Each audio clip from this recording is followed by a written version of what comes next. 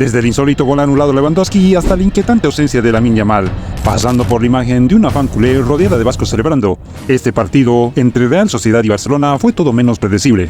¿Qué sucedió realmente en el Real Arena? Un Barça que parecía comenzar fuerte pero que terminó sometido en un baile táctico de Imanol. ¿Faltaron ideas o sobró confianza?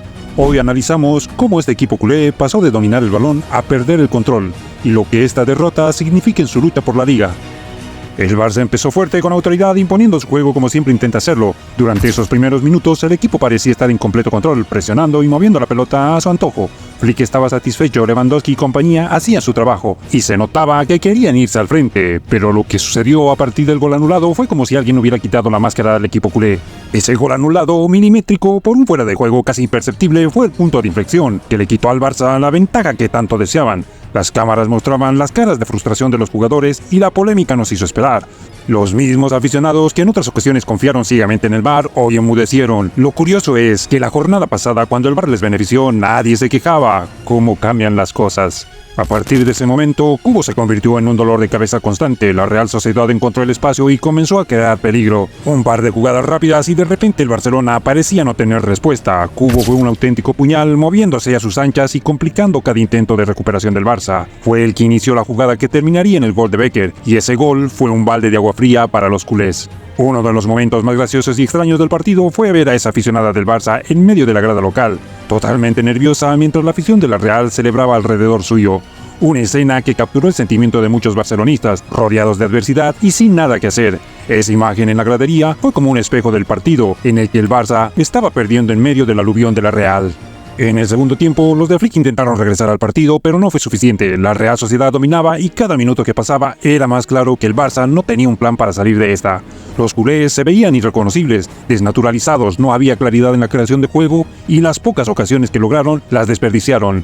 Al final del partido, Pedri fue el encargado de salir a hablar, reconoció los errores y la falta de claridad en el juego, pero también se justificó. Es un campo complicado, dijo. Estamos bien y todavía vamos primeros. Una declaración que, si bien intenta calmar las aguas, refleja una mezcla de preocupación y orgullo herido. Y no podemos olvidar el gol anulado, ese gol que dejó a Lewandowski y a todo el Barcelona con las manos vacías. Es un déjà vu que seguramente dolió, porque hace solo una semana, cuando el VAR ayudó al Barça en una decisión polémica, las voces blaugranas clamaban por justicia. Hoy el silencio es ensordecedor. Como se dice, el karma siempre pasa factura.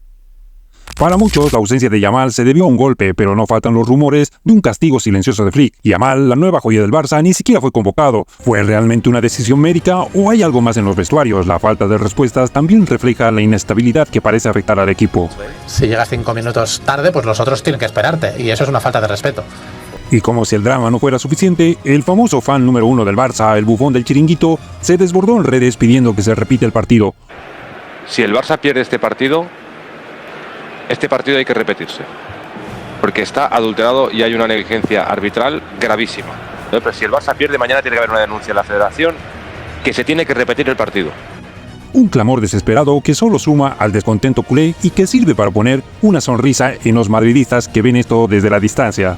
Y así, el Barcelona vuelve a dejar puntos en un estadio complicado, pero lo curioso es que cada vez que el Madrid está al acecho, estos traspiés culés parecen inevitables, porque como siempre decimos aquí, en la Liga nadie está tan alto como para no caer, y el Barça, si algo nos ha enseñado, es que cuando menos lo esperan, vuelve a caer. ¿Estaremos viendo la debacle de un equipo que parecía imbatible? Solo el tiempo lo dirá.